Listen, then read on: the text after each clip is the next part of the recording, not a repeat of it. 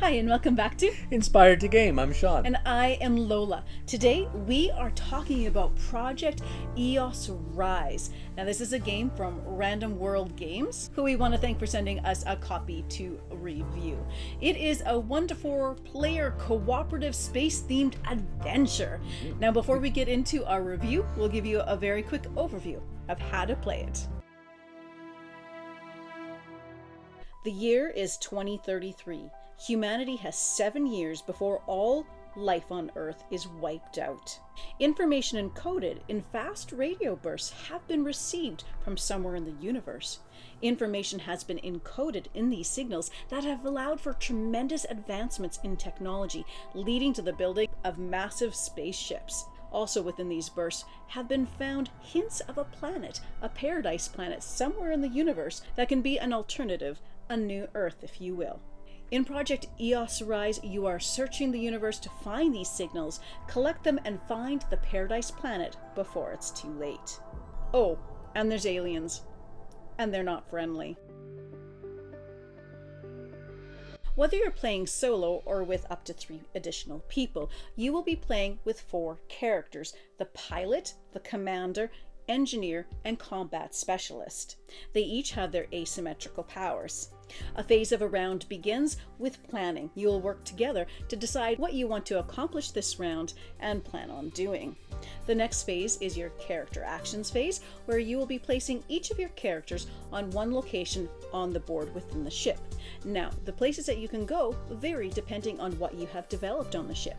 The beginning locations include the engine room, where you can de-stress or repair the ship, the shield room, where you can garner shields, or the command room, where you can unlock new rooms or train your characters.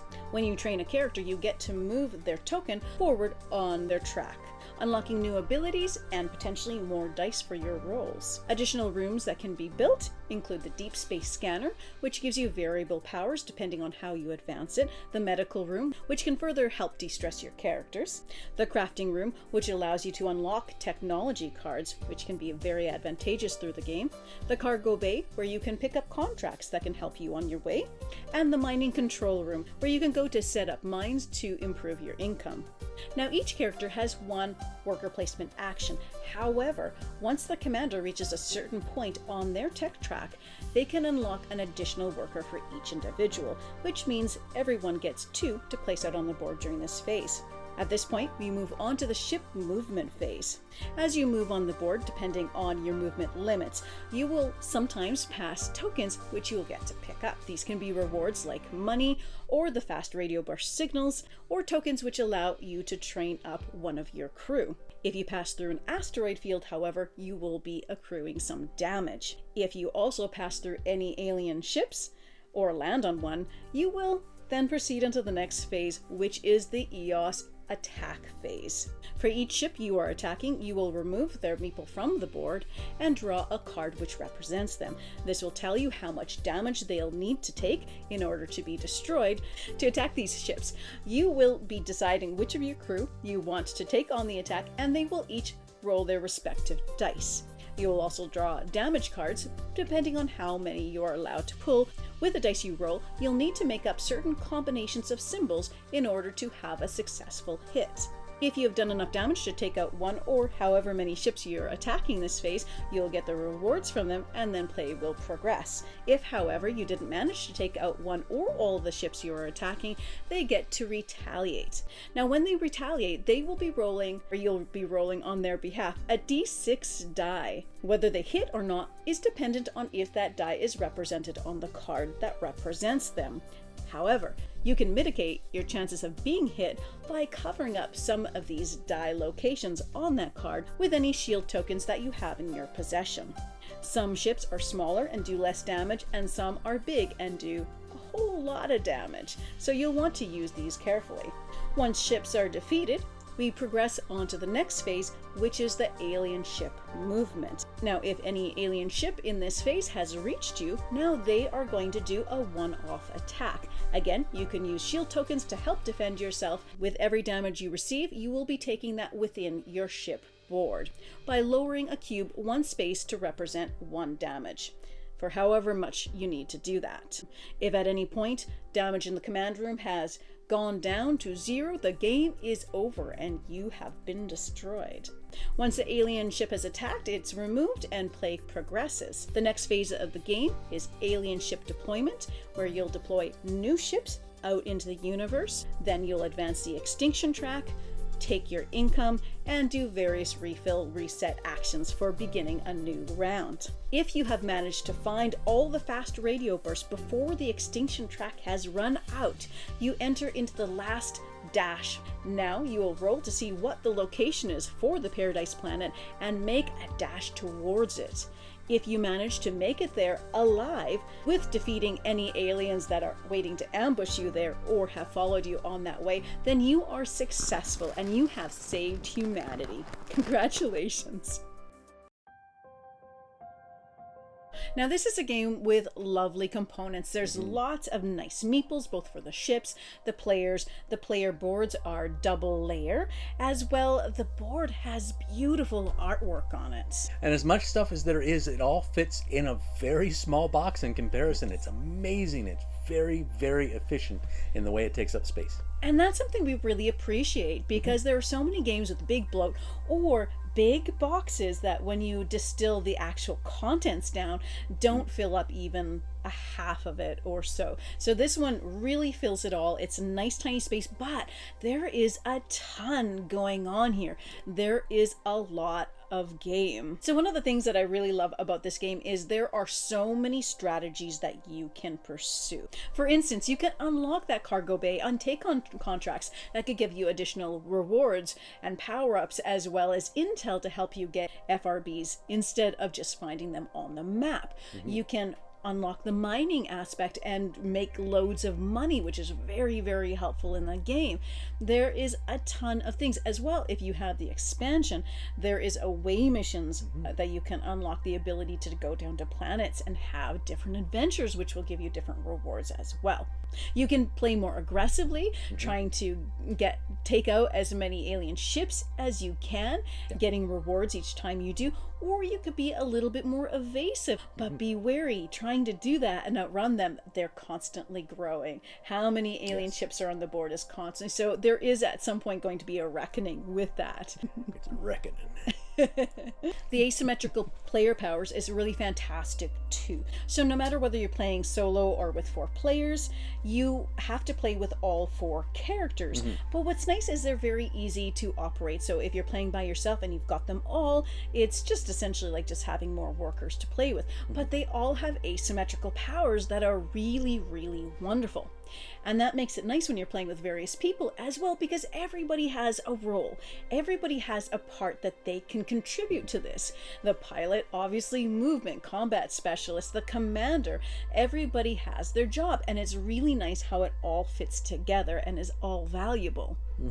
And the variability, once you get past that initial 4 or 5 spaces, you have a choice of 3 progression routes, and each of those progression routes is going to offer you something different. And I also find that each of the characters provides some kind of power-up that kind of ties into somebody else. So for instance, the engineer can follow a track that will actually give them an extra damage card, which is a combat specialist power. And of course, the commander has the ability, once they get up to that choice, that everybody gets an assistant. Yes, yeah, I love the skill tracks. I love advancing up there, and it's tricky at first, and you have to decide who is your priority and where you want to put those advancements at as you go up. It's really, really wonderful. So you get more dice, and more dice helps to mitigate rolls as you have more options to choose from, but then you get more skills.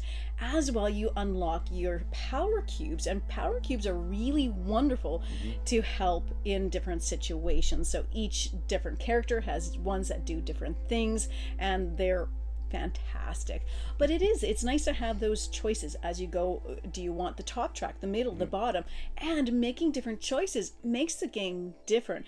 So because of the whole variability of play, both with what strategies you're going to pursue, what rooms you're going to unlock, as well as what track you're going to go up, it makes every game a little bit different. In addition, once you get into the choice of those 3 tracks, you also unlock one of your advanced rooms. Now you choose that advanced room, and that is there for the rest of the game, unless for one reason or another, you have dropped down below those 3 tracks by too much stress or whatever, and then build yourself back up, now you can change to a different room. Yeah, and they're really nice. So it provides your own little worker placement ability, and everybody has different ones. Now, this is an adventure game, and there is a lot of strategy, but there is push your luck too. But I love how much mitigation of the luck that you get here. So one method is with the shields. So you can go to the shield room and you can collect shields. They don't even cost you money. You just have to put your workers there to collect them. And the shields can provide you an opportunity to put them on those numbers of the ship that's attacking you. So you have an increased chance of not being damaged. If you have a really big vessel that is going to lay you out with a whole ton of damage, you can even cover all of them if you want to. So we've had fun kind of pushing our luck with covering some but not the others and seeing how it goes. And we have had those days where we've had, okay, that's just way too powerful, let's just cover the whole thing, and then we don't have to worry about it. Another mitigation is with technology cards. Technology cards are truly, truly wonderful. They offer you usually an instant reward and a nice power that you can use at various times. So those are wonderful. And as well, there's some mitigation with your different character powers as well. So for instance, when getting stressed, the commander can use a cube to negate 2 stress. Yeah. Now, and the stress is important because if you reach the end of your stress track, you then have to go down 3 spaces on your own skill track, which can be hugely detrimental to you because it's tough to make that progress. So to have those extra skill cubes like the commanders, where it's like, don't worry, you don't have to pay attention to those, are huge to the game. I'd say as well, the engineer also has 4 cubes that they can spend to set a die to a specific face, and they don't come back very easily. I think on each track you can only get 1 back if you go far enough. I also really enjoy combat. I think it's it's fun, but it's a really neat mechanism. So there's 2 different ways that it goes. So if you are attacking vessels, you will draw a card for each of the vessels that you are attacking, and then you'll draw however many damage cards you get to draw. Then you get into do your roll and you try to match up the icons. And if you match up the icons on a card, then you get to do that amount of damage. Now, if you don't take out a vessel in one turn, it accumulates. So after that turn, the aliens get to retaliate and attack you back, and then you can try again and get some more damage on maybe that larger vessel. But it works out really well, and there's enough dice mitigation that if you didn't get quite the roll, you could maybe do a few things like what Sean mentioned to change something. And then there's also wild on the dice as well, which you can use for anything. So it works out pretty well. I also like how when the aliens are attacking you, you've got those dice on the card and you have to roll, and if it rolls one of those, that means they hit you and they do that requisite amount of damage, unless you've covered it up with some shields. So the whole mechanism is a ton of fun, and it makes it exciting, and there's lots of different ways to play it. And also, if you're worried about stress, all 4 characters do not have to roll dice. You could just send 2 of them into combat and save the other 2 for damage mitigation in the case of the engineer or whatever. Yeah, you can. I think we always brought everybody in just to have all those extra dice, because it really made a big difference. But with having the commander available to help mitigate some of the stress, and when they get high enough, they also reduce everybody's stress. So you can go into combat with having a lot more space that you can expand on the stress track, and that really helps a lot too.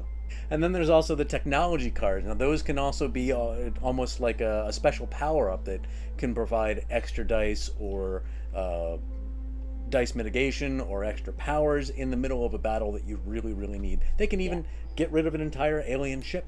I love those technology cards. They are so fantastic. Well, and what's cool too, so with the different strategies, you're choosing what rooms to open up first based on what you're going to pursue. But the wonderful thing about building rooms is they expand your hull capacity for damage. So that's a wonderful thing too. So each damage that you take with a ship means that you move your token down 1 space. Your initial rooms that you have only have so much space. So each thing that you unlock gives you more, whether it's 3 or 4 more, which expands your ability to take damage without being destroyed. And that's a wonderful thing as well, and a great thing about expanding those rooms. But it's not easy to build more rooms either. You can't just do them willy-nilly. The engineer needs to raise enough on the tech track to be able to unlock additional rooms. So yeah, so it's a really tight game, and there's always that balance of who to give the next upgrade to go up their track, because they're all valuable. At the end of each round, you also pull an event for the area that you are in, and the events can be really interesting too and offer some spice and variety to the game. There's some really neat game changer elements as well. One of my favorite things is the introduction of jump gates, which can let you jump from one area of the universe to another, which can be fantastic, especially if you're trying to avoid a big nexus of horrible large alien ships, and you could just yoink and jump right over, and it's wonderful. And two, if you arrive at a space station, the space stations also have some additional worker placement locations that are specific to its area that can also be really useful. So there's just so much going on. You add on that expansion for the away missions, and now too you're going on missions down on planets, in which case you have to roll and get the combination of icons for that mission to gain extra rewards, and that just adds just more variety to the game experience.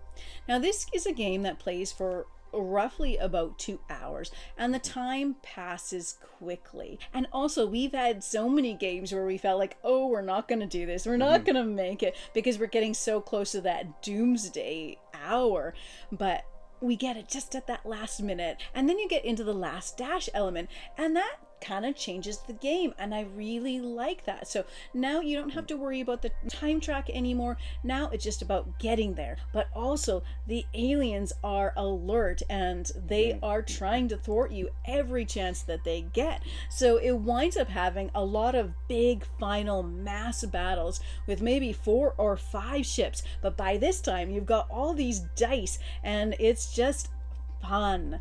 This game is a ton of fun. We really enjoyed playing it, and I think it's really well designed. And one thing, I'm excited for the next game, because there is a suggestion of another Project Foundation Rise for now you have arrived on your paradise planet, and then what happens from there. So I'm really excited at what's coming next to follow this game. It's not every day you get at the back of the manual a teaser for a sequel. Yeah, and that was really exciting. The whole rule book is also really well laid out, and there's a comic to introduce the story and what's going on, and then one to finish it that you can read when you first arrive at the planet and are successful. There's different levels of difficulty to the game as well, so you can play on a nice easy mode, or you can progress harder and add your different challenges for yourself. This is a game that's available now. If you are interested in it, we will leave a link in the description down below of where you can check it out and get more information. Well, thank you so much for watching today. If you've enjoyed this content, please support the channel by subscribing. And as always, happy gaming, folks. We are talking about Project EOS. I always forget the project. Okay. Yeah. But it was such a good start. We're talking about 2 in 1. Go.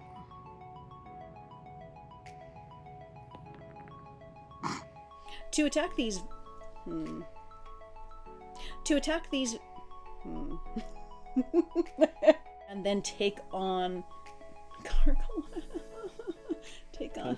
Contracts, thank you. You don't get them... You can't buy them back? You can't buy them back. I didn't know that. He always She never played plays the the engineer. I always played the pilot and the commander, and he played the other two. And you know, we figured we should mix it up, but we liked our characters, so we always played with that.